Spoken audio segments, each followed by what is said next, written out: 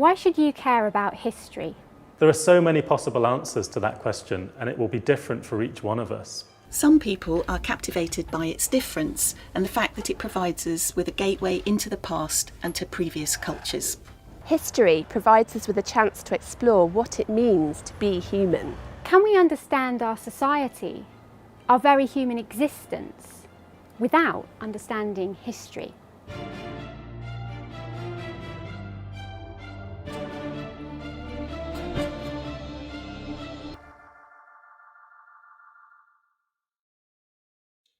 Good evening, everybody, and welcome to Enduring Freedom, the 20-year mission in Afghanistan. My name is Dr. Chris Fuller. I'm an Associate Professor in Modern US Foreign Policy, and I'm your host this evening. And what an evening it is for us to be discussing the war in Afghanistan, because it was 20 years ago to this very day that the United States launched Operation Enduring Freedom and kicked off a 20-year war in Afghanistan. Now, that war went to be known by multiple names, depending upon which stage of the campaign it was or which organization or country was fighting in it. But when coming up for a title for this event, I decided that Enduring Freedom was the one I wanted to use the most because of the wider questions it raises. Chosen in defiance by the United States against those that perpetrated the September 11 attacks, it was meant to be a statement that regardless of these attacks, freedom and democracy in the United States and with its allies would be safe. And really, 20 years on, we should look back and ask, did this war actually make those countries safer? We can also flip this idea of enduring freedom, and we can think about what it means for the people of Afghanistan, who themselves had to endure 20 years of warfare between the NATO forces and the Taliban insurgency.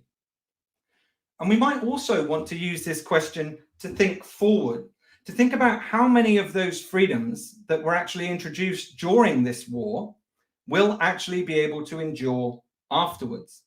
Things like greater emancipation for larger numbers of women, better access to education, a robust free press. Now that the NATO forces are no longer in Afghanistan, will they be able to endure? To help us explore this further, and to give a greater context, I'm joined by three other colleagues this evening who will be providing us with historical insights and social explorations of this war over this 20-year period. So first, I'd like to introduce Dr. Charlotte Riley. Hi everyone, I'm Dr. Charlotte Lydia Riley, and I am talking this evening about Cherie and Laura Lift the Veil, the women and girls of Afghanistan and the language of the war on terror, and I'm a lecturer in 20th century British history in the history department at Southampton. And next we'll have Olivia Flint. Hi, my name is Olivia Flint. I'm studying a PhD in film at the University of Southampton, and my talk is looking at how Afghanistan is portrayed in Hollywood cinema. My talk is called Never Out of the Fight, Hollywood's Representation of American Foreign Policy in Afghanistan. And we'll also be joined by Professor Kendrick Oliver. Hello, so I'm Kendrick Oliver, and I'm a Professor of American History at the University of Southampton, and I'll be talking today on the topic of decent and indecent intervals, comparing the fall of Saigon and the fall of Kabul. As well as hearing from all of my colleagues, we also really like to hear from you over the course of this event. So you will see here either this QR code or the Vivox address down the bottom. Visiting this site will give you the opportunity to take part in anonymous online polls throughout the various talks in the evening.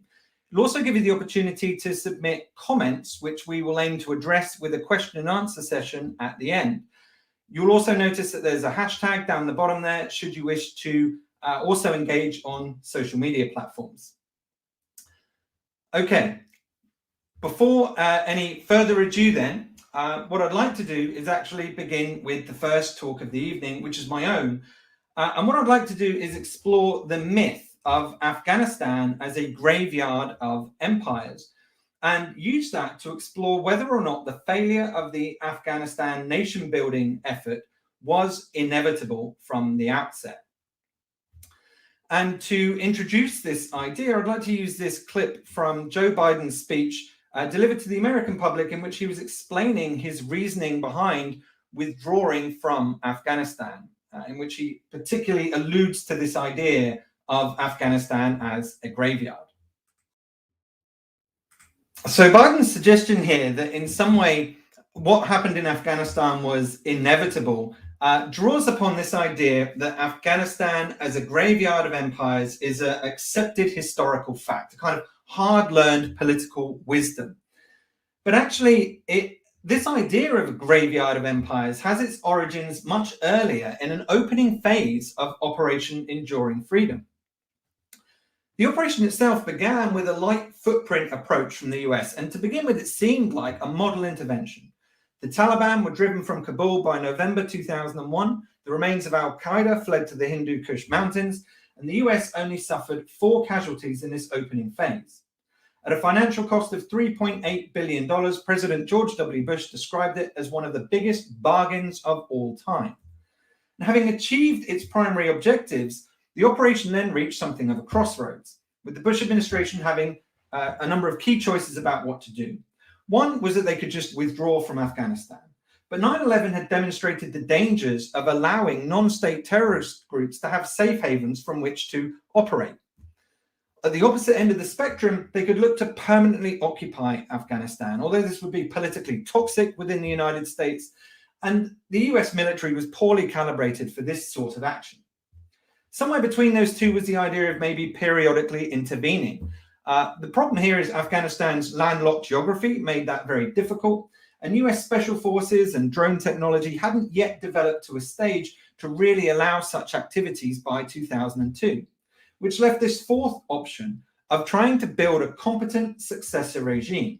Now, although Vietnam had been a colossal failure in this effort, post-conflict stabilization and reconstruction efforts in Germany, Japan, South Korea, and more recently, US-led NATO interventions in Bosnia and Kosovo had shown that this sort of thing was possible, albeit with Afghanistan being a very different country to those.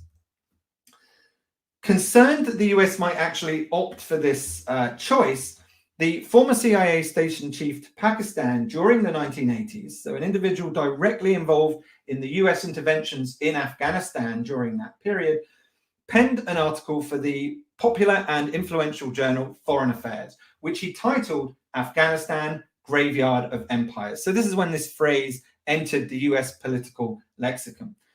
So this was published in November 2001, and Bearden cautioned against a nation-building effort based upon what he claimed to be the historical experiences of the Soviet Union, the British Empire, Alexander the Great, Genghis Khan, and all, quote, the world's great armies on campaigns of conquest, who eventually ran into trouble in their encounters with the unruly Afghan tribals.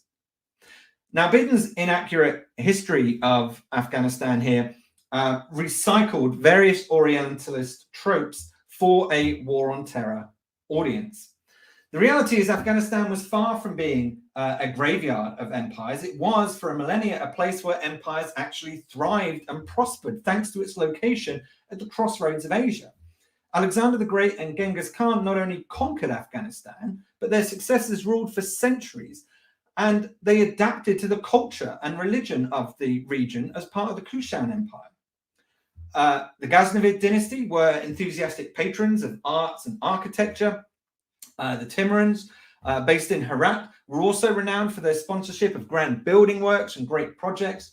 And Babur, the founder of the Mughal Empire, actually quipped in his own writings that in Herat, a man can't stretch his leg without touching a poet's backside. So far from being a graveyard of empires, Afghanistan was a vibrant cultural center. If we jump forward to some of Bearden's other examples, British colonial involvement, for example, which occurred in the 19th century, when the empire sought to use Afghanistan as a buffer against Russian expansion into India. Yes, indeed, the First Anglo-Afghan War was a disaster for the British, but that was then followed with a successful Second War in which the empire turned Afghanistan into a client state, installing their own chosen emir. And the Third Anglo-Afghan War, which actually was more like a series of skirmishes with British airstrikes, also ended with the empire defeating the Afghans, but granting them independence for strategic reasons. And this graveyard narrative also fails to reflect on Afghanistan's long period of relative domestic peace through its monarchic era. A decade of reforms, including emancipation of women, did lead to a brief civil war between reformers and reactionaries. But after 1 year with the defeat of the rebels, King Mohammed Shah ruled from 1933 to 1973 with relative stability. During World War II, Afghanistan maintained its neutrality and independence. And post-war, while countries like Egypt, Syria, and Iraq were racked by coups and counter-coups, India and Pakistan engaged in a series of conflicts, Afghanistan was actually relatively stable. While it was stable and peaceful, Afghanistan did lack development. In 1974, the World Bank ranked it 73rd out of the 83 most underdeveloped countries in the world. In an attempt to do something about this, the former Prime Minister Daud Khan led a small-scale coup in which he took control and exiled the king. However, it turned out that Khan's leadership and his pursuit of personal power made him deeply unpopular, and he was then overthrown in a combined coup between the military and the People's Democratic Party of Afghanistan, a socialist party. And here is where Afghanistan's trouble begin, because this drags the country into the wider milieu of the Cold War. So initially, the rebellion against the PDPA came from religious dissidents who based themselves over the border in Peshawar in Pakistan and had the support of the Pakistani government in their calling for a jihad against the atheist government of the PDPA. Sensing an opportunity to undermine a Marxist power, President Carter authorized the CIA to provide additional aid and support to the Mujahideen. Concerned that this group were, the government of Afghanistan were unable to contain this rebellion and worried about disruption on its borders, the Soviet Union invaded in December 1979, which prompted further support from the CIA. By the time Ronald Reagan was elected, he dramatically increased American aid to the Mujahideen rebels, also convincing Saudi Arabia to provide aid, and the Iranians also began providing aid to different Mujahideen groups. This decade of proxy war and conflict was devastating to Afghanistan. Over 8,000 Afghans died, while a further 1.5 million were physically disabled by landmines and conflict. 6 to 8 million Afghans were displaced and made refugees, and agricultural output dropped by 2/3 as a result of scorched earth tactics used by the Soviets. Economically, Afghanistan drummed up an enormous trade deficit, huge foreign debt, and suffered inflation of almost 1,000%. When the Cold War ended and the various interested powers withdrew, what was left was a deep power vacuum filled with different Mujahideen groups, which then went to war in a devastating civil war. It's during this time that we also see the rise of the Taliban, themselves a product of this interventionist period, coming out of refugee camps and madrasas where they were taught a radical curriculum until they eventually were able to seize control of Kabul in November 1996. So it's not until the Marxist Revolution of 1978 and these subsequent Cold War interventions that the country began its descent into 4 decades of war and destruction.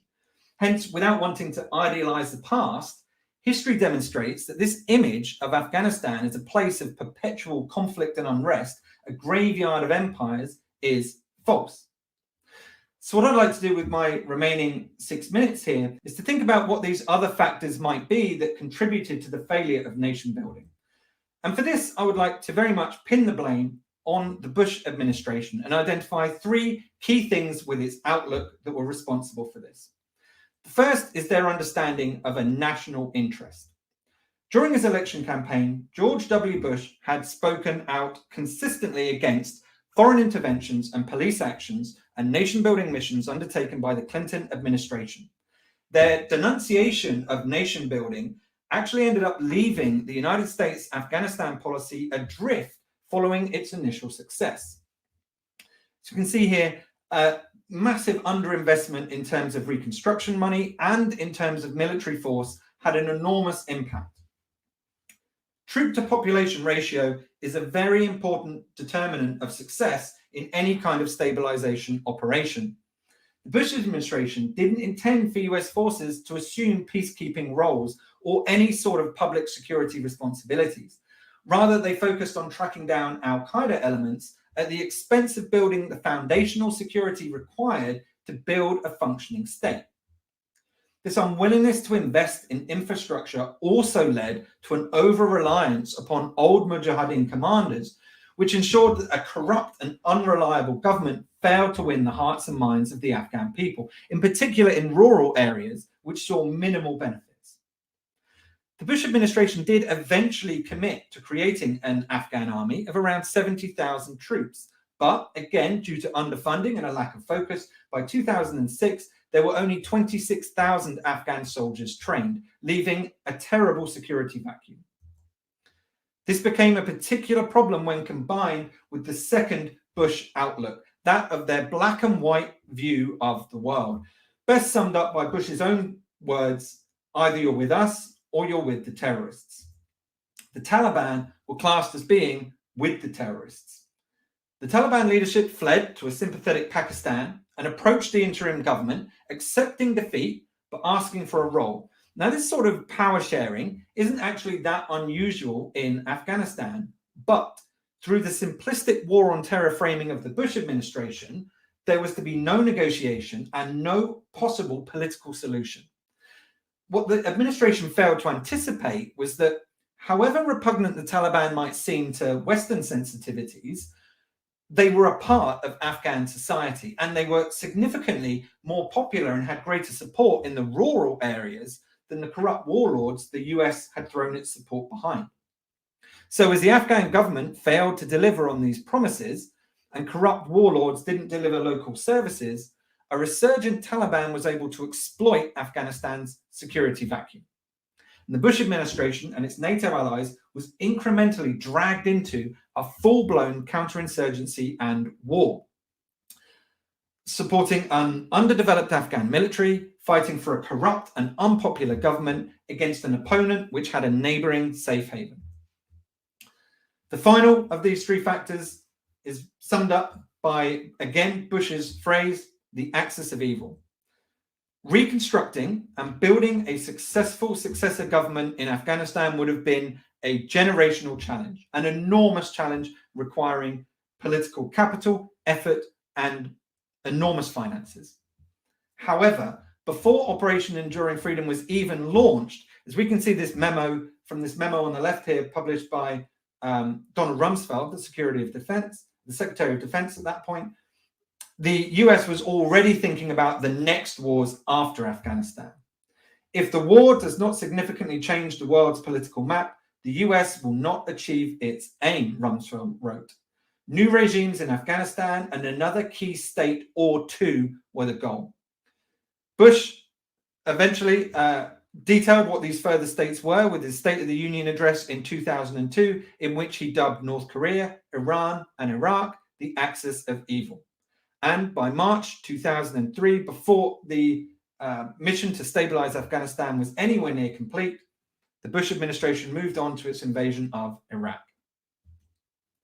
Now, some might point to the fact that under the Obama administration, there's a surge of troops and investment, and say that the fact that that is unsuccessful shows that actually there was a problem with Afghanistan. It is a graveyard of empires, because even when another administration came along and spent more money and put in more troops, it still wasn't successful.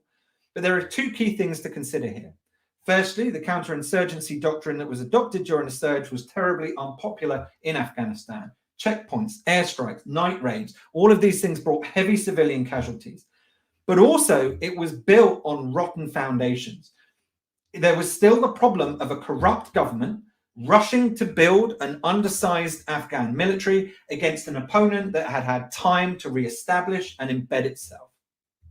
So, in conclusion, I would argue that the failure of the nation-building effort in Afghanistan was not preordained due to Afghanistan's history, geography, or its people.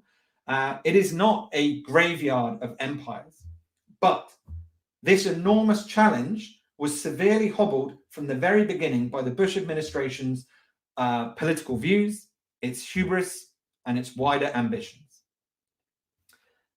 And what I'd like to leave you with then is your Vivox question here. So cast your minds back and you'll see in the question the choices that you have. What policy choice do you believe the Bush administration should have adopted following the removal of the Taliban by November 2001? Thank you very much for your time and attention. Next, we'll move over and I'll introduce Charlotte Riley. Thanks, Chris. So I'm going to be talking today about gender and the war in Afghanistan. And the focus of my work here is particularly on the role that gender had in the way that the West, by which I primarily mean Britain and America in this context, were thinking about the invasion of Afghanistan, the kind of language of the war on terror more broadly, and particularly how gender became something that was sort of up for grabs in the invasion of Afghanistan, and it became something that was really weaponized. A language around gender, the role of women and the rights of women became very much sort of part of the debate when people were talking about whether Britain and America should go to war in Afghanistan, and what the potential sort of aims and outcomes of intervention in the region might be.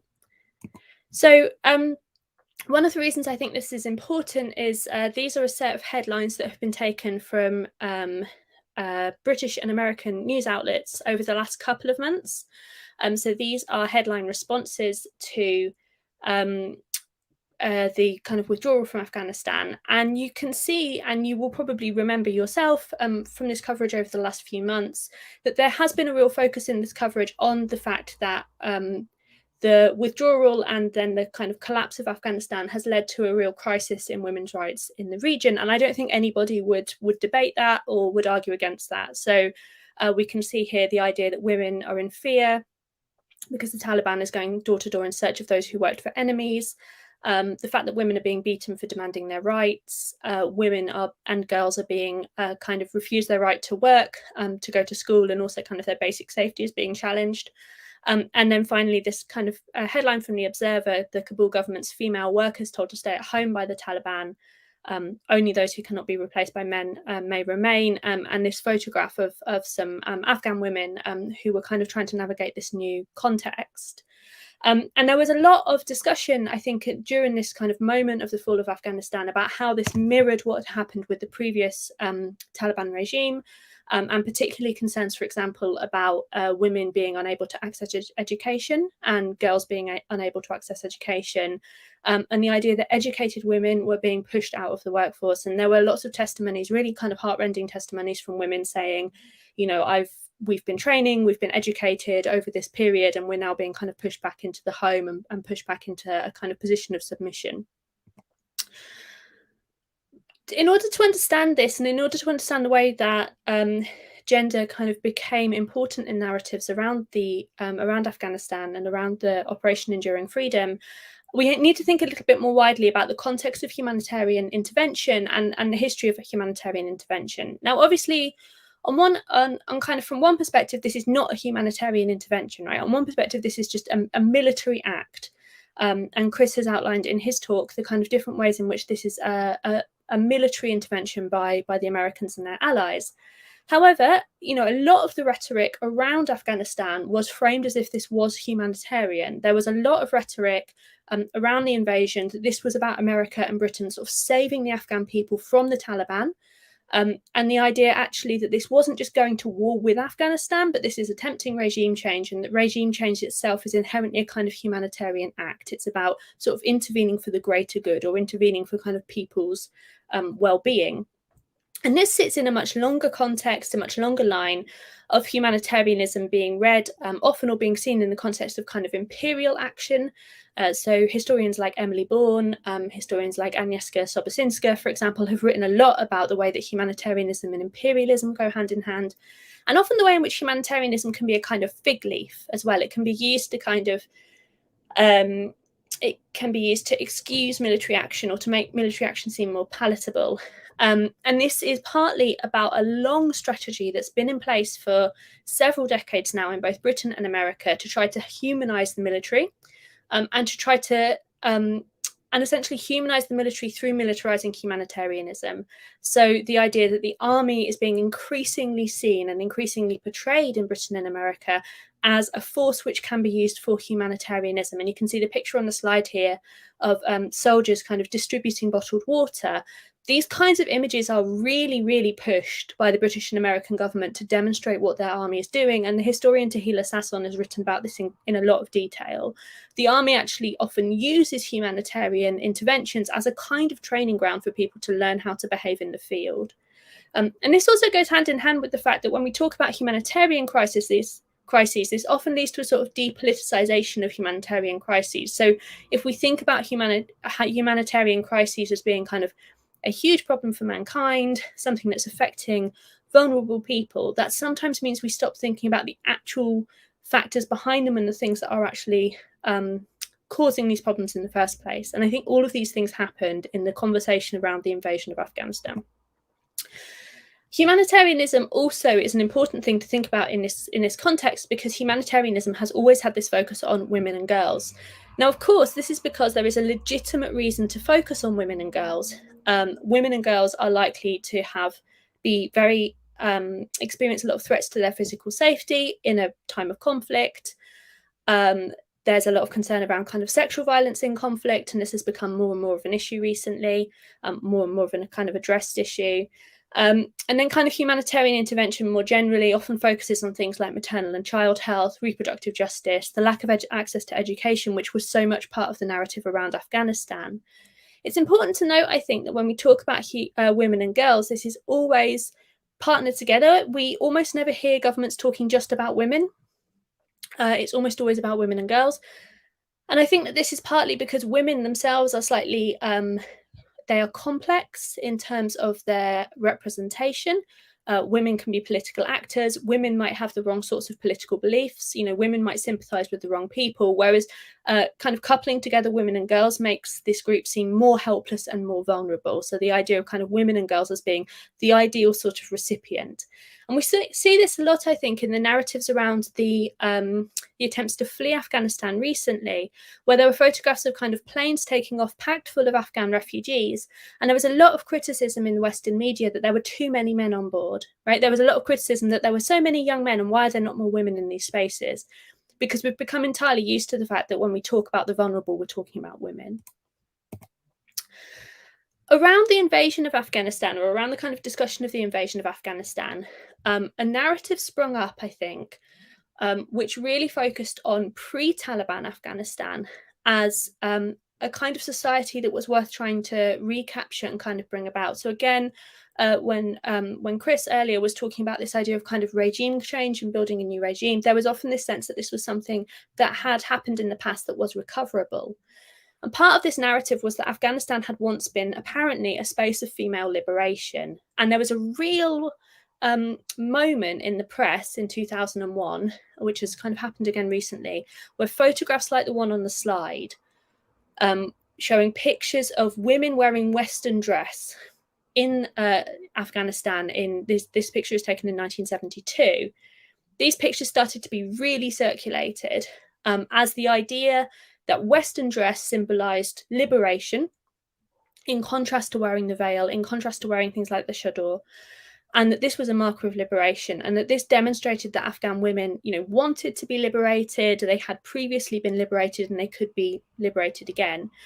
The pictures were really kind of seized, particularly by the right-wing press, and you see this in America and in Australia. Kind of the right-wing tabloid press often ran these pictures on their websites, for example. The New York Post ran them on their website, the Sydney Herald. Actually, the photographer who took these pictures, who was herself a woman, said that she was very surprised to see these women in miniskirts, and actually this wasn't common at all. Even when she's taking the pictures in 1972, most women were not dressing like this. And she thought that women often were abused in the street for dressing like this, or were often kind of very vocally criticised. So these pictures do not necessarily show this sort of feminist liberation that people would have you think. But this narrative, I think, really got picked up, and it really became a kind of an important element in justifying the invasion, that this was about kind of rescuing the rights of women who were suffering under the Taliban. Even though a lot of the people making these arguments, there had very little previous engagement with women's rights in the region, and there was very little attempt to work with organisations that already worked for women's rights in this area. So, groups like the Afghan Women's Council or the Revolutionary Association of the Women of Afghanistan were kind of left out of this narrative. And I think you can really see this in this moment when the Bureau of Democracy, Human Rights and Labour in kind of mid-November released its report called Report on the Taliban's War Against Women. And this is part of the State Department. And you can see here that they have fully constructed the idea that the Taliban exists to oppress women. And this is a really important kind of imperial narrative, I think, and we can really productively think about the work of Layla Ahmed here, who has pointed out in her work that the construction of women in places that are othered as vulnerable, and the construction of men in these spaces as people who oppress women, has often been an important factor in Britain, in France, in other imperial nations being able to justify their intervention in these spaces. And she says here, the idea that other men in colonized societies or societies beyond the borders of the civilized West oppressed women was to be used in the rhetoric of colonialism to render morally justifiable its project of undermining or eradicating the cultures of colonized peoples. So that actually this kind of vision of the oppressed woman has been used historically by Britain, by France, by other colonial countries as a kind of justification for their intervention in these regions. And I think we saw around the invasion of Afghanistan as well an enormous amount of emphasis in Western feminism on becoming increasingly hardline and critical of wearing the veil. And, this is interesting because it actually meant that there was a sort of alliance between liberal feminism being very critical of the veil on one hand, and actually the veil becoming a real marker of immigration and difference on the other hand. And so you had this weird alliance between kind of liberal feminists on one hand and the far right on the other hand. So the picture is taken from a protest in Denmark, and the sign that she's holding up means liberal hypocrisy. And there was a big kind of pushback by women who did wear the veil in Western Europe and in America to try to say, actually, this is about our choice. This is a feminist kind of act. But there was very little engagement with this on behalf of feminists, and women became constructed as being very, very vulnerable if they were veiled, and very, very oppressed. And I think this is important because it helps us to think about the way that the war was kind of constructed and justified by people in power at the time. So these two quotations on the slide, there's a speech by Laura Bush, which she made on the 16th of November, in a radio address, which is actually the kind of presidential radio address. And this was the first time the radio address had ever been given by the First Lady rather than the President. And Laura Bush used this in November 2001 to talk about the plight of women and children. And she said, the fight against terrorism is a fight for the rights and dignity of women. And then 3 days later, Cherie Blair, the wife of the then British Prime Minister Tony Blair, held a gathering at 10 Downing Street of Afghan refugee women who were in Britain.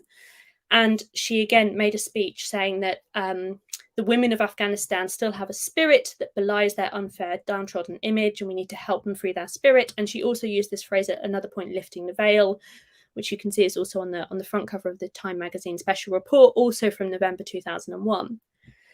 And so this kind of moment where both Laura Bush and Cherie Blair were kind of pushed into the spotlight, both of them quite unusually, neither of them kind of normally made these interventions, but they're pushed into the spotlight to speak out specifically for women and girls,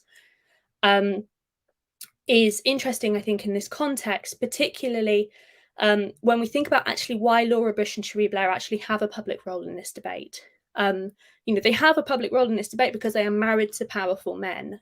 This is not necessarily a kind of sign of Western female empowerment either, but they were both quite influential in kind of constructing this idea. And we can see, one of the ways in which America tried to construct Afghanistan as a success was to say repeatedly that the intervention had led to an improvement in conditions for women and girls. So Bush here in December 2001 talks about how the central goal of terrorism is the brutal oppression of women. And he says, no, women can now come out of their homes and they can walk the streets without chaperones. 2 years later, Laura Bush made a speech where she again reiterated this idea that under the Taliban, women had not been allowed to go to school or they couldn't go to work. But now, after American intervention, women could they could leave the house, they could work, they could vote. And I'm not saying this isn't true. I'm not saying that the liberation didn't lead to women having more freedom. And clearly, you know, we've seen recently women are very frightened about a return to Taliban rule and a return to like a limiting of their freedoms. But we do also need to be critical of this narrative that this intervention led entirely to a kind of renaissance of women's rights in Afghanistan. We know that the Northern Alliance, who America was allied with, themselves actually have been accused of war crimes against women, including sexual violence. We know that women were not allowed to march through Kabul after it was liberated from the Taliban. And the organisation Womankind Worldwide, speaking in April 2003, said that although initially the international community had been very enthusiastic about the needs of Afghan women, actually people had not followed through on this, and particularly that the role of women and their needs had remained low on the agenda in favour of more urgent needs. And there was a lot of concern about not putting too much pressure on the new Afghan government to come through in favour of women's rights, because of the idea that this would be, this might kind of put them at risk, that women's rights were essentially a nice to have in the new regime, but they were not actually something that international donors were pushing for, because they were more concerned with stability in Afghanistan. And if they needed to sacrifice women's rights for that, they were happy to do so. So I just wanted to kind of set that out as a way of thinking about the invasion and a way of thinking about the way in which women's rights in particular became a kind of weaponized idea in the invasion of Afghanistan and during Operation Enduring Freedom. And the question I wanted to ask at the end of my talk was, what words or phrases come to mind when you imagine the position of women in Afghanistan? What is the image that you have of women in Afghanistan during Operation Enduring Freedom? Thank you very much.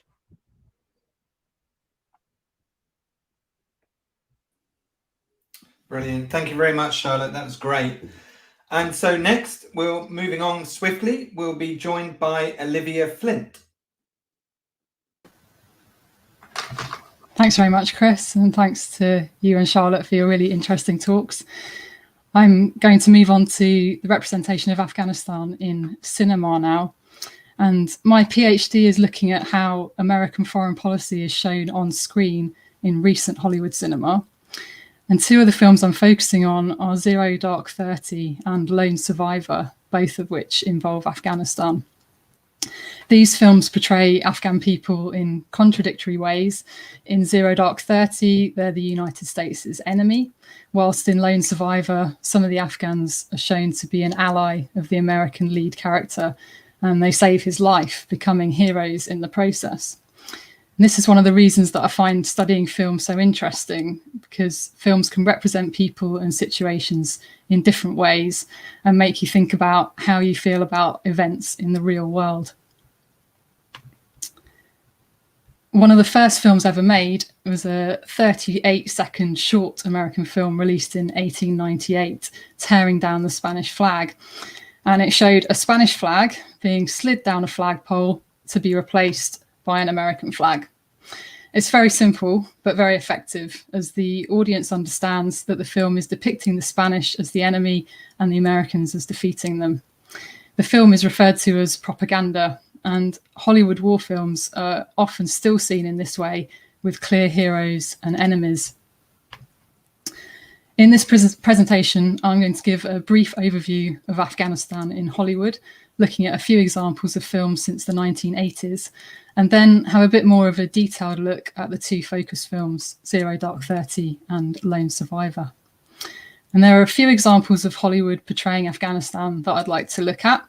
These are in The Living Daylights, Rambo 3, Charlie Wilson's War, and Lions for Lambs. These films offer a way of understanding the relationship of the United States with Afghanistan through the eyes of the filmmakers. Two films released in successive years, The Living Daylights in 1987 and Rambo 3 in 1988, both show the heroes of the films, James Bond and Rambo, working with Afghan soldiers to fight the Soviet Union. These are romanticised depictions of the characters riding through the Afghanistan terrain on horseback, seen here in The Living Daylights and here in Rambo 3. By showing Afghanistan as a beautiful country and the Afghan people as supportive of Bond's and Rambo's missions, the audience is encouraged to support their cause and to want the Soviet Union to lose in its attempt to make Afghanistan communist. In Charlie Wilson's War, Texas Congressman Charlie Wilson, played by Tom Hanks, visits a refugee camp in Afghanistan. He talks with Afghans who tell him how the Russians have run over people with tanks and planted mines which look like toys to injure children. He stands looking over the camp, and the camera tracks back slowly to bring into view the massive scale of the situation. The audience has heard a few stories of Russian brutality, and by emphasising how many people are living in this camp, those stories are multiplied, and the effect on Wilson is accentuated. Wilson then commits himself to assisting the Afghans in their fight against the Soviet occupation. And having experienced his shock at the number of people affected, we understand his commitment. Going from seeing Afghan people fighting alongside the heroes to becoming helpless refugees, in Robert Redford's Lions for Lambs, they are represented as dangerous. There are scenes of 2 American soldiers becoming stranded in Afghanistan, and at the end of the film, they are shot and killed by Afghans. This is more in line with how the Afghans are shown in Zero Dark 30 as being enemies of the United States. The only Afghans shown are those suspected of terrorism, and the initial third of Zero Dark 30 involves suspects being tortured in black sites around the Middle East. Ammar, pictured here on the left, is an Afghan suspect who is tortured by Dan, a CIA agent, and the main character of the film, Maya, who accompanies him. Following 2 long sequences of torture, Ammar is allowed to sit outside with Maya and Dan as they deceive him into believing that he provided useful information to them to prevent an attack. He then does provide information about bin Laden's courier, Abu Ahmed, who Maya dedicates her time searching for. How does this make us feel about Ammar and the characters of Dan and Maya who are torturing him? Do we feel like the torture has been justified because of the information he has provided? Ammar is shown to be guilty of association with bin Laden. He explains how, after 9/11, we had to choose, fight to protect our turf or run. As well as being represented as helpless, he has no agency to escape, and there is no one coming to rescue him. While Zero Dark 30 is a drama based on real events, an equivalent situation in a fictitious action film, for example, Mission Impossible Rogue Nation, would be an American being tortured but constantly looking for a way to escape, or there would be a rescue operation in effect. In Rogue Nation, Ethan Hunt, pictured here, played by Tom Cruise, has someone come to rescue him, and he manages to move himself up a pipe he is tied to and jump over the top of it. He has control over his own destiny. In contrast, there is no suggestion in Zero Dark 30 of Ammar escaping. Although the 2 films are in different genres, these scenes of torture structure the Americans as having autonomy and the people they are fighting against as being helpless. While Zero Dark 30 does not show the terrorist suspects committing acts of terrorism in the film, they've already been caught and are being interrogated. In Lone Survivor, the Taliban is shown committing horrific acts of violence within the first 15 minutes of the film. Lone Survivor is based on the autobiography of Marcus Luttrell, a Navy SEAL who was sent on a mission with 3 other SEALs in Afghanistan and was the only survivor. In the film, the SEALs' mission is to identify a senior Taliban commander, Ahmad Shah, and confirm his location so that a team can kill him. In the briefing towards the beginning of the film, Shah and his second in command, Tarak, are shown to be merciless, dangerous men. One of the SEAL team, Murphy, refers to Shah as a bad guy responsible for killing Marines in eastern Afghanistan. He's a tier 1 target. There are shots of Shah and Tarak going into an Afghan village, taking one of the men they suspect of working with the Americans and beheading him. By naming Shah and Tarak and showing them killing someone, the characters are individualized, and as they are terrorizing an Afghan village, it is shown at the outset that not all Afghans are like them. Also in contrast with Zero Dark 30, The opening of Lone Survivor romanticises Afghanistan, in keeping with the representations in The Living Daylights and Rambo 3. Two of the SEALs are shown running around Bagram Air Base at sunrise in beautifully lit shots, emphasising the soldiers' strength, stamina and speed. The base is represented as safe and secure for the Americans. No threats are shown to be anywhere near. In contrast, Bagram Air Base in 0 Dark 30 is introduced as a CIA black site, and long shots of it show cages holding prisoners. The scene doesn't have the warmth of the sun that Lone Survivor has and feels clinical and cold. At another base in Afghanistan, Camp Chapman in 0 Dark 30, 7 CIA agents are killed and 6 wounded in a suicide attack. The base is shown from the air following the explosion, and the country is shown to be hostile to Americans, even their bases not being safe. These give us an insight into how the filmmakers want us to see Afghanistan. In 0 Dark 30 as a cold, dangerous place where anyone can be a suspect, not safe for Americans. And in Lone Survivor as a beautiful country with some dangerous individuals who need to be defeated to make it safe for both Americans and Afghans. The end of Lone Survivor presents Afghanistan and Afghan people in a very different light from 0 Dark 30.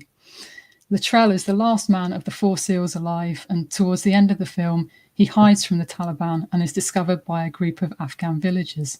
He doesn't trust them at first, but they hear the Taliban approaching, and one of the group, Mohammed Gulab, holds out his hand until Luttrell takes it, and he is helped back to the village. The village is the one shown in the briefing at the beginning of the film, where Shah and Tarak beheaded someone, and Tarak arrives to kill Luttrell. But in contrast with the scene at the beginning, when the villagers stood by and watched, this time Gulab and the other villagers bring out weapons and threaten Tarak until he and his soldiers leave. This shows the conflict as a civil war in which the Americans are caught up, and that there are Afghans fighting against the Taliban as well as the Americans. One of the villagers leaves with a map from Luttrell to take to the American base and let them know he needs to be rescued and where he is. When Tarak returns with more soldiers, the Afghan villagers fight and are struggling to hold them off when the Americans arrive in helicopters and attack the Taliban until they retreat. I think this scene preempts how the withdrawal of American troops would result in the Taliban overrunning Afghanistan and taking control. This is similar to how Jean-Michel Valentin talks about how Rambo 3 preempts the American withdrawal from Afghanistan in the 1980s. With the help of the Afghan Mujahideen, Rambo infiltrates the Soviet stronghold in the heart of the mountains and leads the Mujahideen's charge against the remaining Soviet troops. Then abruptly he leaves, explaining to the child soldier he has saved that this is not his war. It is in exactly this way that American support for the Mujahideen would operate in 1990, leaving the battlefield to the Afghan extremists they have trained. In Lone Survivor, with American support, the Afghan villagers are able to hold off the Taliban and defend themselves, but without the Americans, they are helpless to prevent Taliban attacks. The suggestion is that without US backup, the Taliban will overrun any Afghans who oppose them. And this has been shown to be the case in recent weeks. Without assistance, the Afghan people have struggled to prevent being overrun by the Taliban. I'd like to now show 3 short clips of Luttrell being helped by Gulab and his son, being rescued by the Americans, and thanking the villagers who saved his life. These highlight the alliance that has been formed between Luttrell and the people living in the village, and the Americans' support in defending the village against the Taliban. You can see how grateful Luttrell is in that clip to the villagers who saved his life. And the end credits include the line, "No matter how much it hurts, how dark it gets, or how far you fall, you are never out of the fight." That's Luttrell in voiceover as he's being carried off in the helicopter. And it is the Afghan villagers who made it possible for him to survive. And the following titles are in the credits. Also, the Afghan villagers who protected Marcus did so out of duty to their 2,000-year-old code of honour known as Pushtunwali. These brave men and women still thrive today in the harsh mountains of Afghanistan, and their fight against the Taliban continues. And this is followed by a picture of the real Marcus Luttrell and Mohammed Gulab. It's useful to consider how films represent Afghanistan and its people. We can gain an insight into how American foreign policy has changed over the years, from the Afghan people being allies of the heroes to being represented as helpless victims or dangerous enemies. The films do this by having heroes in the film and relating the Afghan characters to those heroes. We can also compare how a hero character would behave in a similar situation to an enemy. For example, how would you feel to watch a whole Mission Impossible film where Ethan Hunt was captured and tortured and never escaped? In Zero Dark 30, the Afghans are shown to be working with Al-Qaeda, and the information they have is shown to be useful for the Americans in their fight against terrorism. In Lone Survivor, there are both dangerous Afghan characters who are fighting the Americans and allies who want to help. Representations such as the Afghan villagers saving the child's life in Lone Survivor demonstrate a shared humanity to which we can all relate. Thank you for listening. I look forward to any questions you may have and further discussion around any of the issues raised here this evening. And if you'd like to join our VVox poll, please have a look at the following question. Do you find films helpful for learning about real-world issues such as the war in Afghanistan? Thank you.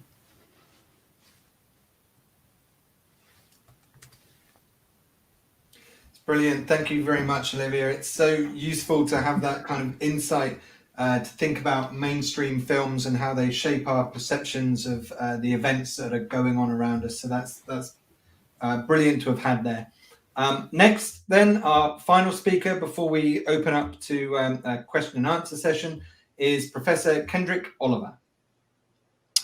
Thank you, Chris, and thank you everyone for listening and watching. During the course of August, as Taliban forces approached and entered Kabul, as the Afghanistani government dissolved with its leaders fleeing into exile, and as the United States and its allies scrambled to extricate their diplomatic and military personnel and their other citizens from the city, along with many Afghans who were vulnerable to Taliban reprisals, there were frequent comparisons made between those events and the fall of another major city at the end of another long conflict, the city of Saigon, or as it is now, Ho Chi Minh City, in April 1975. There were some harrowing stories and striking images that served to enforce the comparison. Crowds attempting to gain access to evacuation staging posts, helicopters hovering atop US installations, people clinging desperately to departing aircraft. And it's certainly difficult not to read those stories and survey those images and conclude that many of the same emotions, feelings of terror and expectation, obligation, and betrayal attended both events. On a human scale, the comparison is valid, and the human scale is probably the most important scale of all. But my focus in this talk will be with the other principal frame within which the fall of Saigon and the fall of Kabul have been compared. That is, the frame of national security policymaking within the United States, as that policy has been shaped by shifting ideas of interests, resources, threats, reputation, and power. First, I will seek to place the fall of the two cities in the context of the two wars, of which they mark the respective conclusions. Secondly, I will compare the attitude of the administrations of Richard Nixon and Gerald Ford towards the fate of an independent South Vietnam with the attitude of the Trump and Biden administrations towards the outcome of the contest between the Taliban and the government of Ashraf Ghani in Afghanistan. Thirdly, I will trace a line of continuity between the response of Joseph Biden, then a young US senator, to the scenario of a collapsing South Vietnam regime in spring 1975. His advice to President Obama in 2009 concerning proposals for an increase in the US military commitment to Afghanistan, and his policy to Afghanistan when he became president himself earlier this year. My core argument is going to be advanced in that section, that the Ford administration in 1975 had much less agency over the fate of South Vietnam than the Biden administration had over the fate of Afghanistan, and that the fall of Kabul tells us more about the intended trajectory of US national security policy in 2021 than the fall of Saigon did in 1975. And that leads me on to the final section of my talk, where I'll reflect on the likely criteria for judging the strategic significance of the fall of Kabul compared with the fall of Saigon. Will the fall of Kabul and the humanitarian disaster that it has precipitated come to represent a powerful blow to American credibility and moral authority and a mark of its diminished capability in international affairs? Or will it seem, as President Biden clearly hopes, like the pruning of a diseased extremity in order to return the larger enterprise of maintaining American power in the world to a condition of vigor and health. With the small degree of license we can, as these two timelines indicate, cast both the US commitment to South Vietnam and the US involvement in Afghanistan as lasting around the same time, about 20 years. The US had been supporting French colonial forces in Indochina for about 5 years prior to 1955. And as Chris has pointed out, and as Olivia has noted too, it had supported anti-Soviet forces in Afghanistan throughout the 1980s. But there is, I think, some validity to the notion in both South Vietnam and Afghanistan that the American experience of assuming, consolidating, and then withdrawing from the role of dominant foreign power spanned about 20 years. Nevertheless, the scales and trajectories of the American interventions in South Vietnam and Afghanistan were quite distinct. For the first decade of the US commitment to South Vietnam, it provided aid and advisors, but refrained from deploying its own military units in combat until the mid-1960s, when the Lyndon Johnson administration decided that South Vietnam was likely to collapse without direct US involvement. In Afghanistan, there were US planes in the air and boots on the ground in the form of special forces and Marines right from the start, albeit initially only in small numbers, as Chris pointed out. In Vietnam, the US commitment quickly escalated from 1965, reaching a peak of 500,000 troops in 1968. In Afghanistan, the scaling up to the peak of involvement in the face of Taliban recovery was shallower and more prolonged, with the Obama administration committing to a temporary surge in 2009 and 2010, when US forces in the country totaled around 100,000. In Afghanistan, the period of drawdown from that peak was also more prolonged, lasting about 10 years, where in Vietnam, the process of withdrawing US troops began in 1969 and concluded with the Paris Peace Accords of 1973, after which all military personnel went home. In contrast, the length of time between the American troop withdrawal and the subsequent collapse of the government was much longer with respect to South Vietnam, where there was an interval of over 2 years. The US intention to withdraw from Afghanistan was only confirmed by the Biden administration 4 months prior to the fall of Kabul, and the final stages of the withdrawal and the final stages of the withdrawal of US forces actually proceeded in tandem with the collapse of the Afghan government and the drive of the Taliban into the city. But clearly the decisions to withdraw troops from both countries were significant to the eventual outcomes of both wars, and so it's worth comparing the factors that led to those two decisions. And there are some similarities. First of all, US policymakers had come to realize, due to the resilience of the enemy and their ability to draw support from other powers, that there was no apparent assurance that permanent victory for the US-supported governments in both South Vietnam and Afghanistan could ever be achieved, certainly at an acceptable cost. By 1972, the US Congress was threatening to pull the plug on the Vietnam War, forcing President Nixon and his national security advisor, Henry Kissinger, to come to terms, accepting the continued presence of North Vietnamese troops in South Vietnam, even as the Americans left. President Trump had long criticized the war in Afghanistan as a waste of American lives and resources, a perspective that eventually encouraged him to accept an agreement with the Taliban that committed the United States to a withdrawal after the 2020 election, in return for a reduction in the scale of fighting prior to that withdrawal, whilst allowing himself to claim credit during the election for closing down the conflict. President Biden, for his part, extended the timeframe for withdrawal, but did not reverse the withdrawal decision itself, judging that such a reversal would have led the Taliban to target US forces and increase the pressure once again to send more troops to the country to counter that threat. In the case of both Vietnam and Afghanistan, the decisions to withdraw were also taken in the context of shifting strategic approaches, which prioritized other regions' interests and methods, and rendered the original motivations for intervention anachronistic. By 1973, there were reasons to hope that the communist challenge in Southeast Asia could be contained by pursuing détente and exploiting the Sino-Soviet split, playing off the Soviet Union and China against each other, and through the support of other more solidly non-communist countries in the region, principally the members of ASEAN. If South Vietnam fell, it seemed unlikely now to lead to a dominant effect across the rest of Southeast Asia, to a domino effect across the rest of Southeast Asia.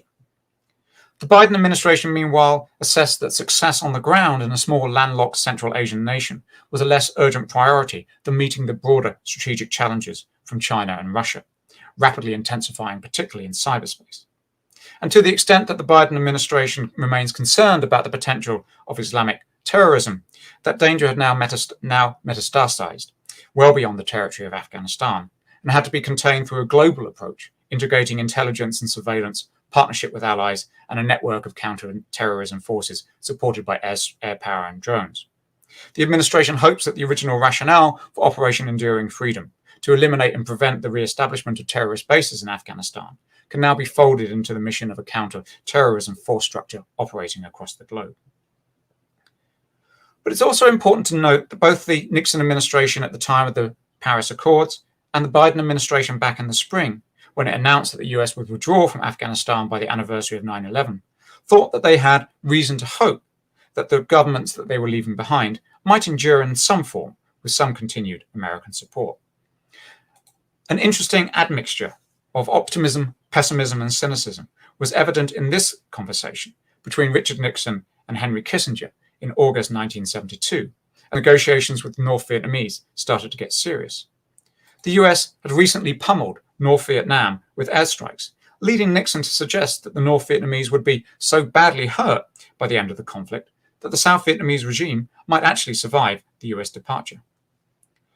But the rest of the conversation indicates that that was very much a best-case scenario. The key thing for Nixon and Kissinger was for South Vietnam to survive just long enough that its collapse could be blamed on its own failings, not on its abandonment by the United States.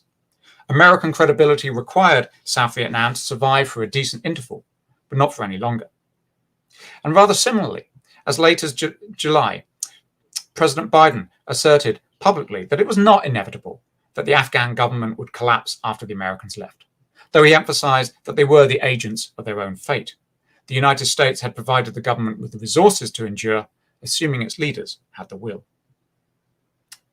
President Biden may well have believed those words at the moment that he said them, at least to the extent that he was willing to assume the risk of events proving him wrong.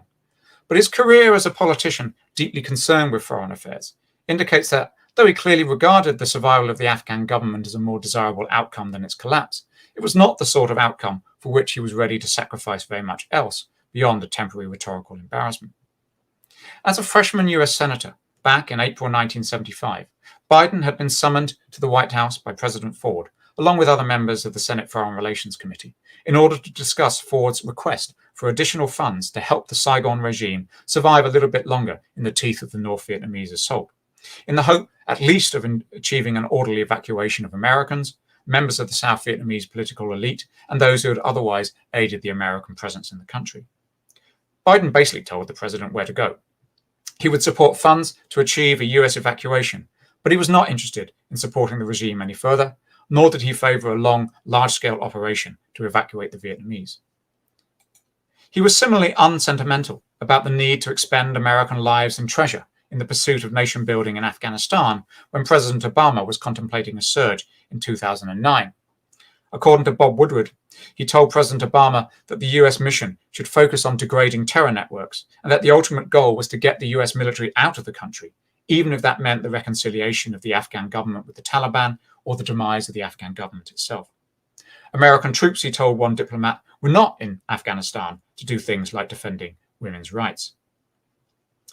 Recent testimony in Congress has indicated that President Biden, in confirming Trump's decision to withdraw, rejected the advice of senior military figures that a small US military presence would be sufficient to keep the Taliban at bay. As a senator in the 1970s, facing a weakened executive, he possessed sufficient influence to help shut down the American commitment to Vietnam.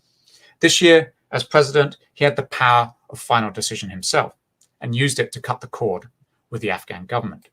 He declared, "We cannot continue the cycle of extending or expanding our military presence in Afghanistan, hoping to create ideal conditions for the withdrawal and expecting a different result." He was not going to be the fifth president to pass the conflict on to his successor. And finally, we should reflect on the strategic implications of the fall of Saigon and the fall of Kabul. Despite his belief in 1972 that a decent interval between US withdrawal and the South Vietnamese collapse would be sufficient to protect America's reputation, the rapid unraveling of the South Vietnamese military in the early months of 1975 worried Henry Kissinger. Allies, he judged, would wonder what it meant for American power and resolve. He encouraged President Ford to appeal to Congress for additional aid to shore up the South Vietnamese armed forces. Congress, as we have seen, refused, and so the administration publicly shifted, even before the fall of Saigon, to the view that the victory of North Vietnam was now of little strategic significance. As Ford told an audience at Tulane University on April the 23rd, "We of course are saddened indeed by the events in Indochina, but these events, tragic as they are, portend neither the end of the world nor of America's leadership in the world." Both Kissinger and Ford were probably right. The loss of South Vietnam in and of itself was not a decisive blow to American prestige. The dominoes did not crumble in the wake of the fall of Saigon. But as Kissinger may have intuited, the optics of helicopters scurrying to extract American personnel from the clutches of an advancing enemy army seemed very much of a piece with the other tribulations endured by the United States in the mid-1970s, from the Watergate scandal, stagflation, and the energy crisis. The White House failure to save Saigon spoke of a larger eclipse of American initiative and power, which in turn stimulated the efforts of the Reagan and Bush senior administrations in the 1980s and early 1990s to restore the sense of the nation's mission in the world, first through a revived Cold War, and then when the Cold War was over, with conceptions of a US-led New World Order. Just as the Ford administration struggled to respond to the pace of the North Vietnamese advance in 1975, so too was the Biden administration surprised by the speed with which the Afghan regime dissolved over the course of July and early August. In many places, Afghan government forces, sensing the way things were likely to go, surrendered their positions or even switched sides. And as with Saigon, the evacuation of US personnel and Afghans associated with US operations in the country was implemented hastily, with enemy forces paused only temporarily at the gates. And in Kabul, the rapid winding up of the American mission had significant implications for America's allies, who were generally more deeply enmeshed in Afghanistan than they had been in Vietnam. The evacuation was a complex, messy business, accompanied by a good deal of trauma and tragedy, including notoriously a US drone strike that killed 10 members of one Afghan family. And though many Afghans who wanted to leave were eventually able to leave, many more were left behind. But the Biden administration has also been more inclined than the Ford administration to acknowledge ownership of the outcomes of its decisions to withdraw. Not to the point of excusing the failures of the Ghani regime or the escalating repressions of the Taliban, but at least to the extent of arguing that the United States had more important business to attend to in the world than endlessly propping up a weak Afghan state. And that means, I think, that the consequences of the fall of Kabul will be judged by different criteria to the consequences of the fall of Saigon. It will be harder for the Biden administration to evade some moral responsibility for what happens in Afghanistan hereafter. In particular, if any future terrorist attack targeting Americans is traced back to Afghanistan under Taliban control, blame will pile up at Joe Biden's door. If the Chinese pour into the vacuum that the US withdrawal has left behind in Central Asia, there will be plenty of people pointing out where Biden went wrong. But if the Biden administration is genuinely able, as it hopes, to increase its broader leverage in the world by closing down an outpost of limited strategic value, reducing the scope for Russian mischief and US dependence on Pakistan, and to show both allies and adversaries that it is now aligning its military posture more closely with its assessment of America's chief international interests and the principal threats to them, if the fall of Kabul is the price to be paid for demonstrating that it is now laser focused on high priority regions like the Indo-Pacific, then the judgments of strategic analysts 10 years hence are likely to be more positive. The strategic perspective is not the only important perspective to keep in mind when evaluating the fall of Saigon and the fall of Kabul, because such perspectives often forget the price paid in human lives as strategic assets move across the map. But it nevertheless helps us to understand why, with respect to Afghanistan, the Biden administration has chosen the course that it has. And the question I'd like to put to you is this: will the fall of Kabul be more significant for America's reputation in international affairs than the fall of Saigon? Thank you very much. That's brilliant. Thank you very much, Kendrick. I particularly liked your ability there to draw Joe Biden's career right the way across from the one withdrawal to the other. What we'll do now is going to bring everyone back into the lobby here, and essentially we'll just kind of open up to questions from the audience. I know we already have a couple here, so actually I'm going to ask you the first one here, Charlotte, which actually came from Terry. And he asked, isn't humanitarian aid referred to by civil servants as non-lethal aid? Have you come across this expression? I have, but it's not. I think non-lethal aid sits in the space. So basically, non-lethal aid is a euphemism used by the American government to supply materiel to regimes that it does not want to be seen to be militarily assisting.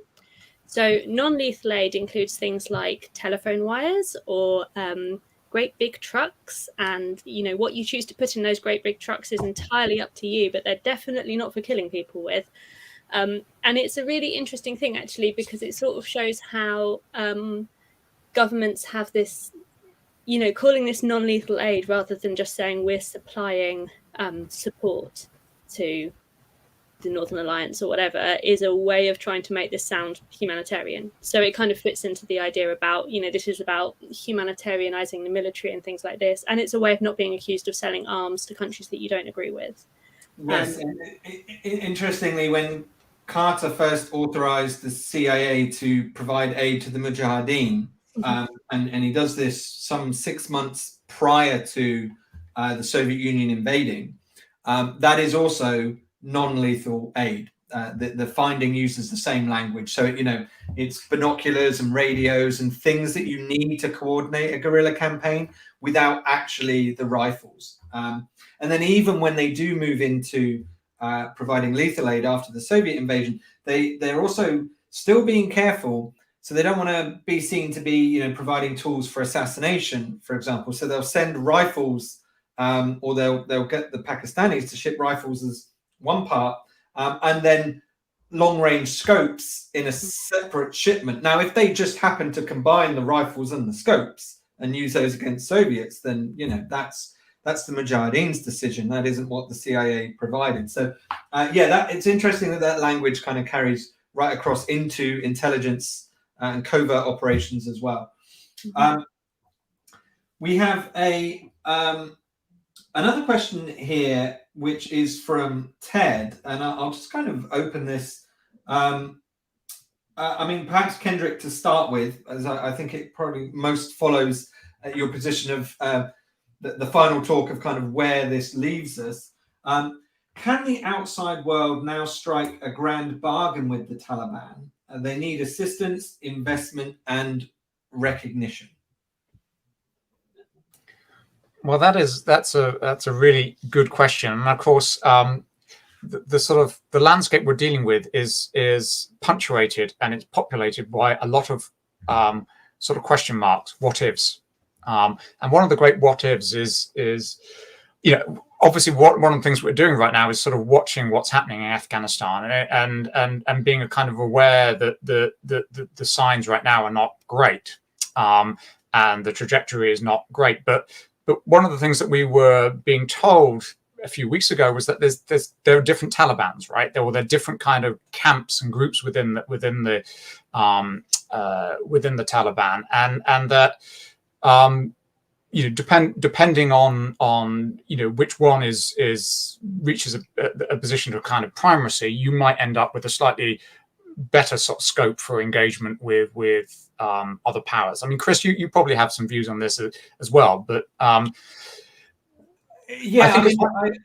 find this whole it's interesting because it comes back again to this idea that there could have been a political deal right at the beginning. This sense of recognition, and this idea that you can just ignore the Taliban. It clearly that isn't possible, right? They're especially in rural areas of Afghanistan, that one of the reasons they became successful is because people turned to them because they preferred the services that the Taliban provided, like the justice system, for example. When they were running essentially a shadow government, the problem is if you went through these kind of essentially what have been warlords, the justice system was very prone to bribery. It was very slow moving, whereas people found that the Taliban were very efficient in terms of how they dealt with criminals. And so there's this idea that you can't ignore the Taliban, and the world is going to have to work out a way of dealing with them. What's interesting, though, is I don't think the United States is really going to lead on that for the reasons you mentioned in your talk, Kendrick. Biden is shifting focus. The United States has been, as far as he sees it, dragged down into these wars and distracted for far too long. And the big issue is superpower competition with the likes of China. And so really what's happened by withdrawing the way they did, how you deal with the Taliban and recognize them and what aid they're going to get, this has been left in the hands of Pakistan. It's been left to be dealt with by Russia and China, who for some years now have been making inroads with the organizations and the different Taliban groups.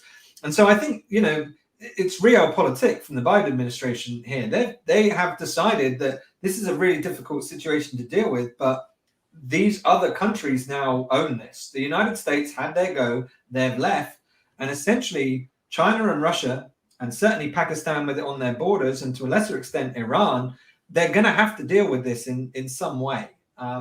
So I think there will be recognition and investment, but I don't think it's necessarily going to come from the United States.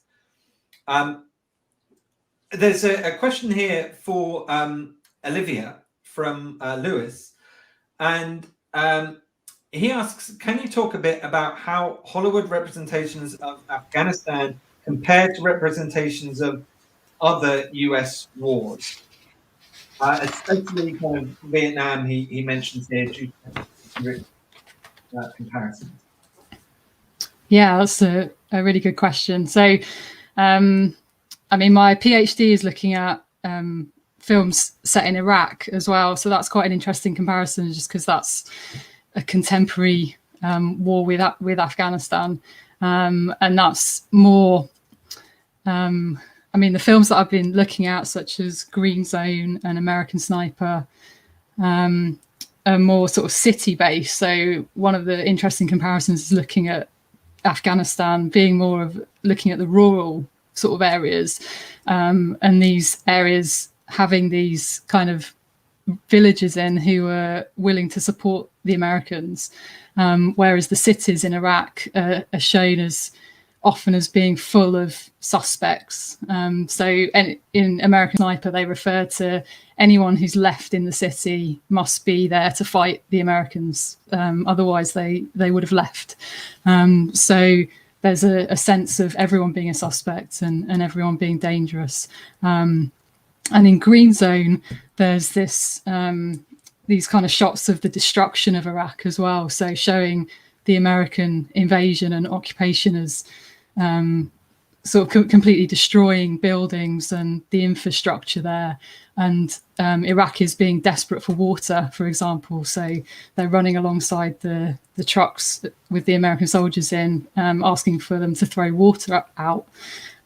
So that's sort of showing the devastation of that war on the ordinary person in Iraq. In terms of Vietnam, it's interesting that very few films were made during the Vietnam War about Vietnam. So you've got The Green Berets, which is a very patriotic John Wayne film. But other than that, most of the films were made after the war that are kind of more critical of the US government involvement in Vietnam. Whereas these films that I'm looking at are actually made during the wars. So that idea that filmmakers are kind of looking at US government policy and criticizing it actually while the war's going on, I think has maybe changed since Vietnam. And then maybe because they were made after the war, they can be highly critical of what happened, and also kind of draw on sort of veteran testimonies and use people's experiences to inform those films. Yeah, I think that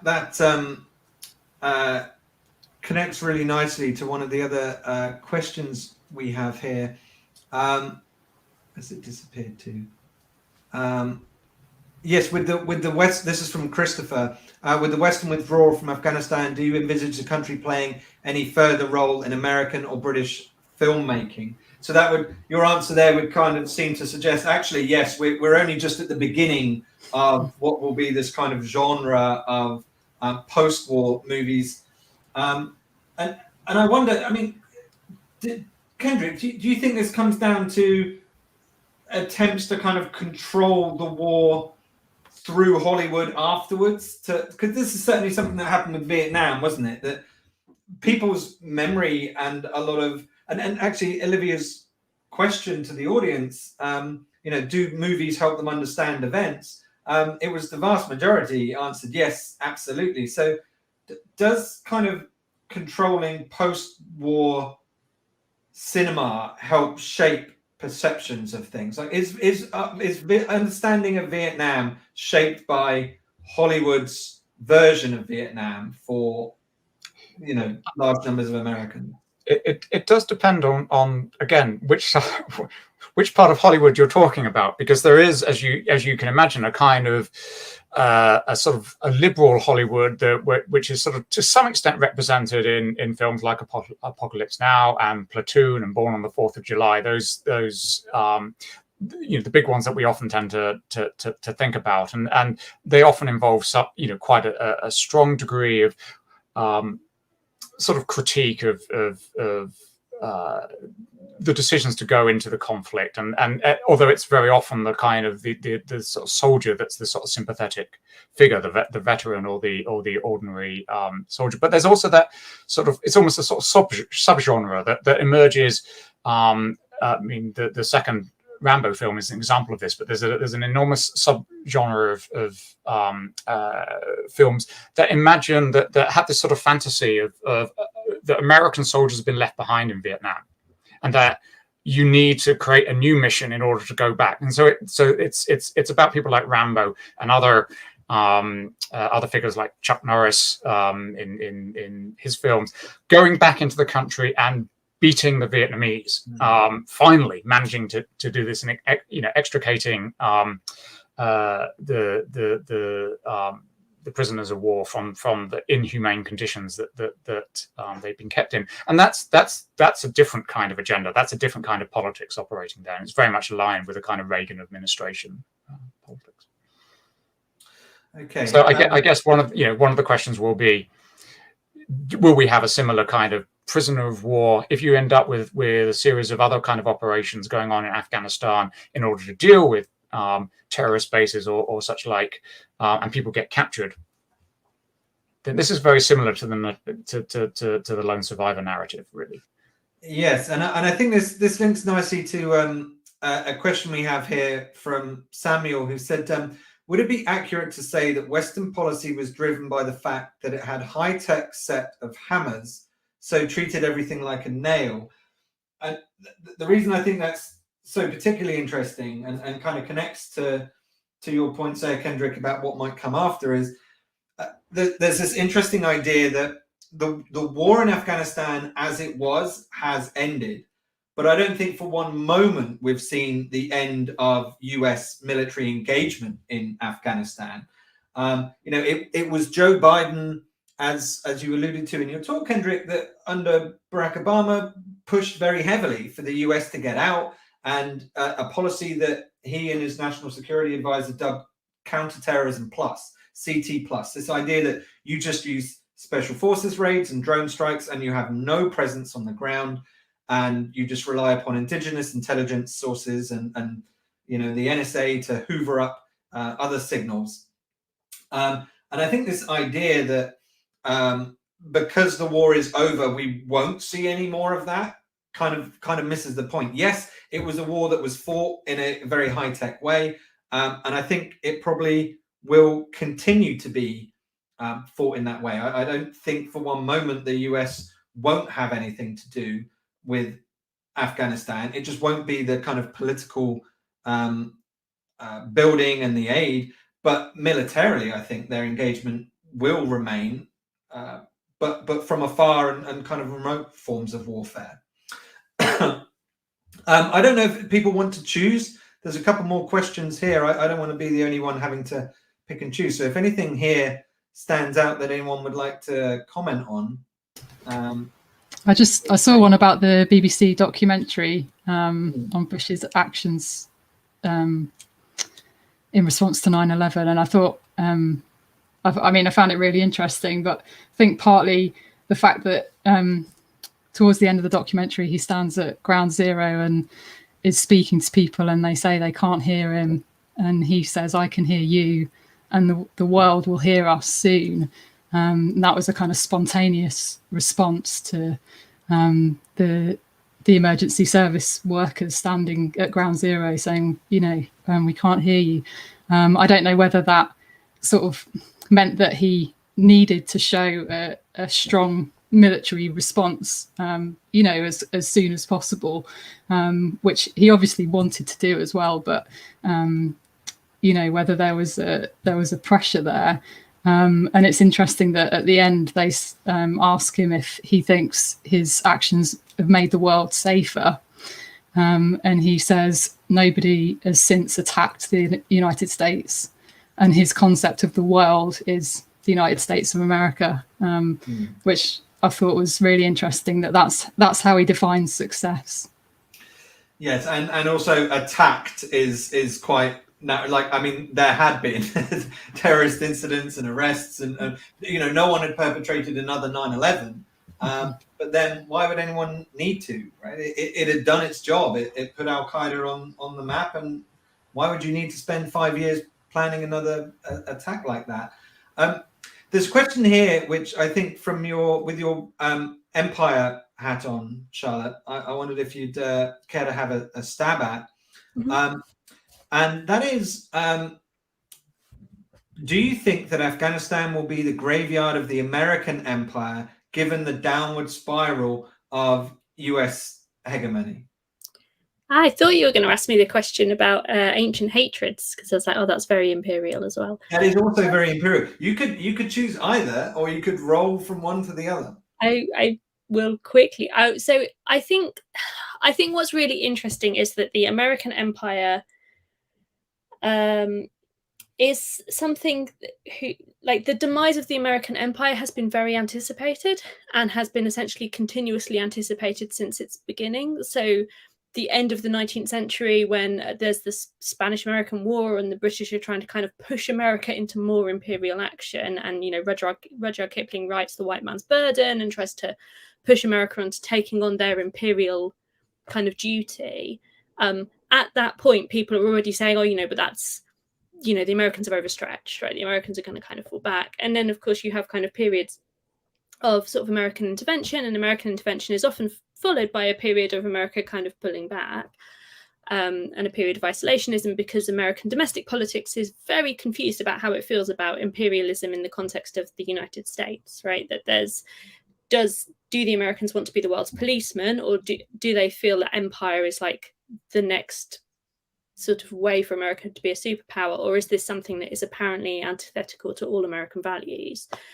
And I think a lot of narratives around the American empire falling kind of hinge on the idea of overstretch, which is something that came up a lot with the British Empire as well. That there was always this tendency to say, whenever Britain kind of exerted itself, it was, well, now there's this overstretch, and this is going to be, you're stretched too thin, Britain's stretched too thin, and things are going to collapse. And actually, in the British case, what tends to happen there actually is a period of consolidation and then further gain, because America is empire is fundamentally an expansionist act, and it has an expansionist impetus to it. You can't hold empire is not static, and you can't hold an empire, I think, without it growing. I think if you're not growing your empire, you are sort of inherently vulnerable. So I think a lot of the narratives around the fall of the American empire are, there's been a lot of them throughout the 20th century and the 21st century, but I think actually it's more of a commentary on the way that imperialism kind of plays out, that actually there tends to be these kind of moments of stretch and decline. And then, of course, America sits in a kind of very neo-imperialist space anyway. Like you said, America having formally withdrawn from Afghanistan does not mean America is going to stop doing things in Afghanistan. Mm-hmm. If the CIA is operating in a nation, is it still part of the American empire? Is it still actually, does it kind of fall under their purview? So I think it's a very sort of slippery concept to try to come to terms with. Yes, yeah, and I think, like, there have been predictions about the decline of the US empire on numerous occasions, and I think what's really interesting with the situation they're in at the moment is, if I were to identify something that has been undermining US power and influence and eroding its domestic stability for a long time, it's the war on terror, right? This has been enormously problematic for the country politically, and also, this is where overstretch comes from, right? This kind of open-ended, endless conflict, and then, in my head, I see someone like the election of Donald Trump as kind of this, well, we're definitely entering a kind of end game now, right? This is really, really problematic. But at the same time, and I'm going to have to wrestle with this for years to come when it comes to trying to write about this stuff. In electing Donald Trump, you had somebody that was willing to openly talk about ending these kind of forever wars, right? And whose voter base very much supported his calls that this stuff was going to end.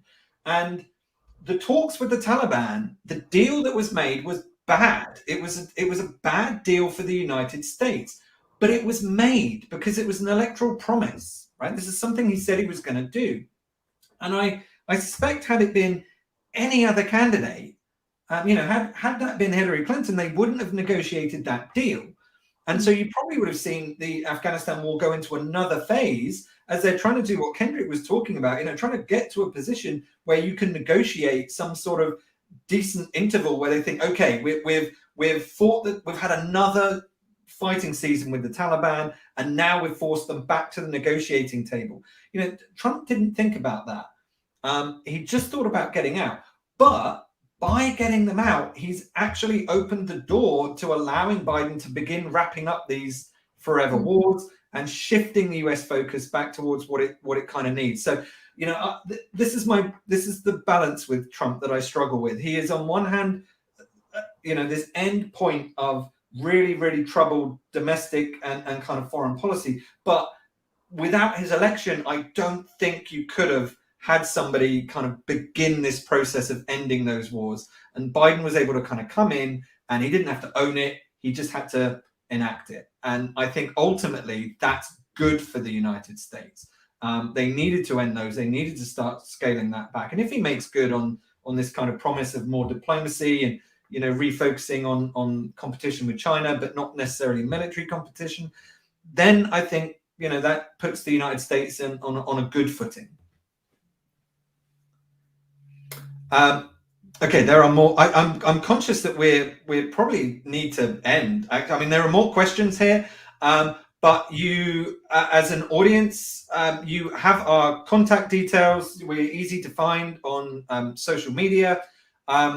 Happy to kind of take up questions and points that you have here. Apologies for anyone we didn't get round to. Thank you very much. Like I say, happy to be contacted over social media or directly by kind of work email to answer some more. Yeah, somebody has written here. So Trump has saved the American empire. This is, I've struggled with this, but I think maybe he has. So I think we will move on to the final slides here. We have a couple of things we need to promote, and also a couple of things I'd like to ask you to fill in. So if you've enjoyed this sort of event, or if there's anything about this event you haven't enjoyed, and if you want us to put on more of these sort of things, we really, really need your feedback in order to be able to do that. So the Vivox survey now is a feedback form about this event. It's really, really valuable for us if you do these things. Tell us what worked, tell us what you'd like more of, tell us what doesn't work, and we can use all of that to kind of build these things up and develop these events going forwards. This event has been part of Black History Month, and you can see the URL there to visit the website and see more of the events that will be running right the way through to the end of October. And you can also see it has its own hashtag there, UoSBHM. So also look out on social media for adverts about the various events that will be tagged with that. And finally, all of this is also leading up to the Southampton Arts and Humanities Festival. So again, you can see the link there, or you can just use the search engine to look for that title.